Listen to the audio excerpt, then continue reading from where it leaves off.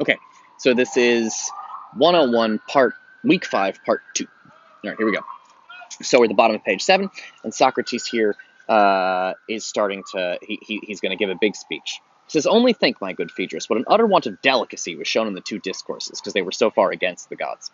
I mean in my own, and in that which you recited out of the book, right? Would not anyone who was himself of noble and gentle nature, and who loved, or who had ever loved a nature like his own, when we tell of the petty causes of lovers' jealousies and their exceeding animosities, I mean, lovers that hate each other, or they get jealous. Animosity is like when you're against somebody, and of the injuries which they do to their beloved, would have imagined that our ideas of love were taken from some haunt of sailors, which good manners were unknown. He would certainly never have admitted the justice of our censure."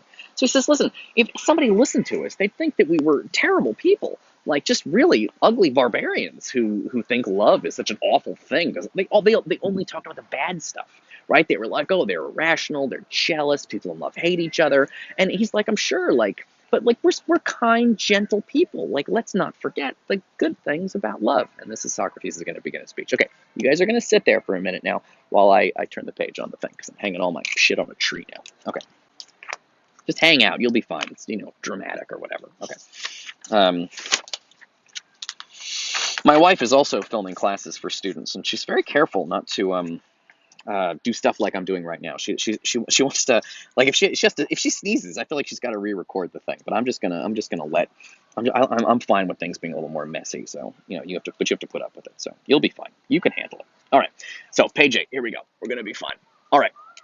So Phaedrus. So Socrates says he's gonna continue on with his speech about love. So he says.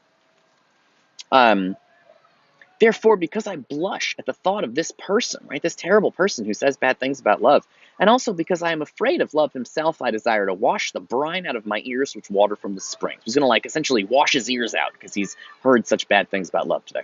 And I would also counsel Lysias not to delay, but to write another discourse, another speech, which shall prove that the lover ought to be accepted rather than the non-lover. And this is just like a technical term. I don't want to get into this. It's not super important. Just the point is, he thinks Lysias should reverse his speech. Be assured that he shall. You shall speak the praises of the lover, and Lysias shall be compelled by me to write another discourse on the same theme. You will be true to your nature, and therefore I believe you. Speak and fear not. All right. But where is the fair youth whom I was addressing before, and who ought to listen? Lest, if he hear me not, he should accept the non-lover before he knows what he is doing. He is close at hand and always at your service. So he's joking around. He's like, where's Phaedrus? Because the point is, we're fixing something that's gone wrong. They said Lysias said bad things about love, so he's got to give a reverse speech. Socrates said bad things about love, so he's got to give a reverse speech. That's the one you'll be hearing. But Phaedrus heard a lot of bad things about love, so he better pay a lot of attention, or the gods are going to go against him. So here begins Socrates' massive super speech. Now, there is some stuff in here that I'm going to zip past that I don't want to deal with. It's not because it's interesting, but it has to do with some ancient Greek stuff. So I'm going to zip past some boring stuff so we can get to kind of the meat of it. But I want to just kind of go over it briefly. So he says, "Know then, fair youth, that the former discourse was the word of Phaedrus, the son of vain man." He's joking around about how people think they're so powerful they can say things against the gods.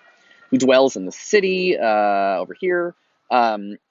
And this which I am about to utter is the recantation of Stesichorus, the son of godly man." So he's basically saying, I don't care. This is like ancient Greek mythology and poets and things. I don't want to deal with it. Who comes from the town of Desire, and he is to the following effect. Okay, so the point is that the previous speech was by Phaedrus, was sort of inspired by Phaedrus, because Phaedrus brought him out here, and that guy can't be trusted.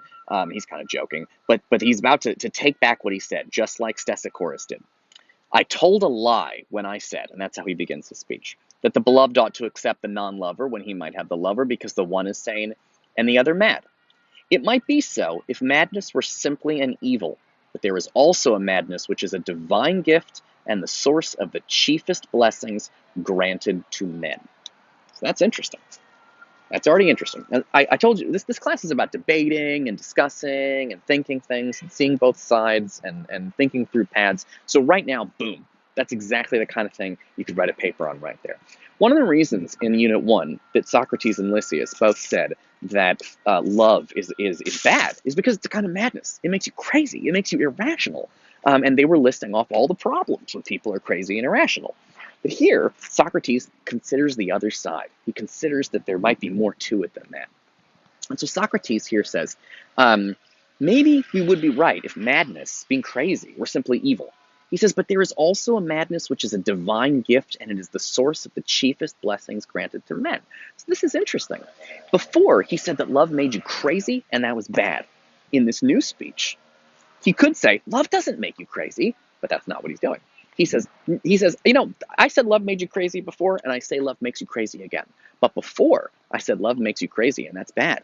But what if it makes you crazy in a good way? What if some kinds of craziness, some kinds of irrationality are actually good?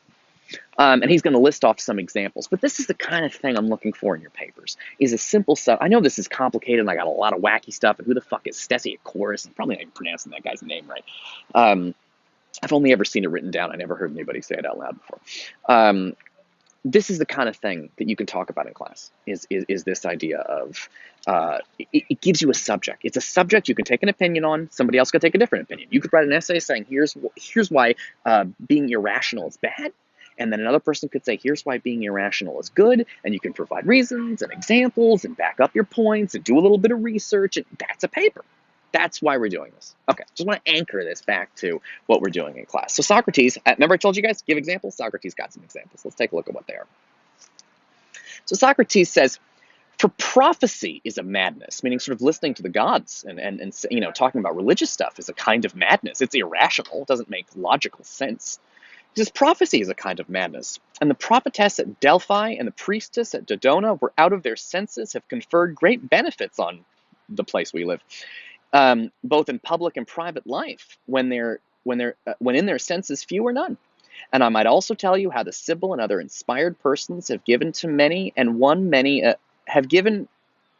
Sorry, something's gone wrong there in that text.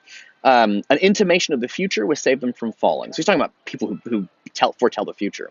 But it would be tedious to speak of what everyone knows. So for one thing, he's talking about religious shit, right? When you talk about gods and religion, that's irrational. Now, obviously, irrational religious stuff causes a lot of problems. But some irrational, because right when you're like, we got to go kill those people because they're demons, and then you kill a bunch of human beings and they're just regular people. That's bad irrationality. But sometimes they're good irrationality. Like when someone says, you've done me wrong, and there's no reason why I should forgive you, but I choose to forgive you anyway.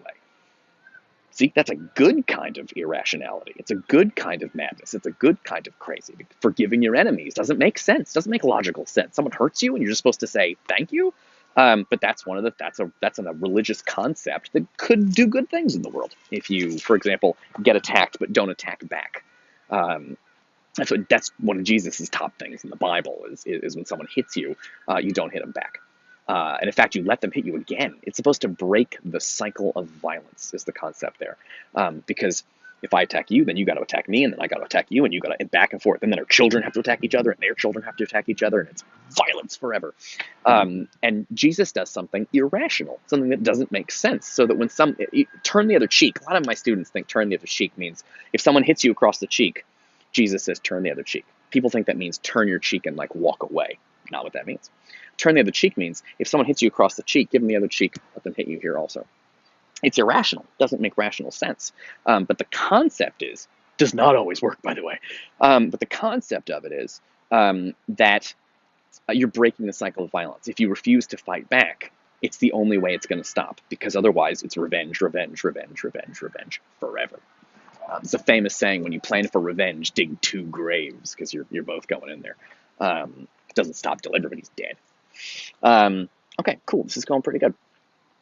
Okay. You know what, actually? I'm going to pick it up in the next video. I will see you guys in the next one.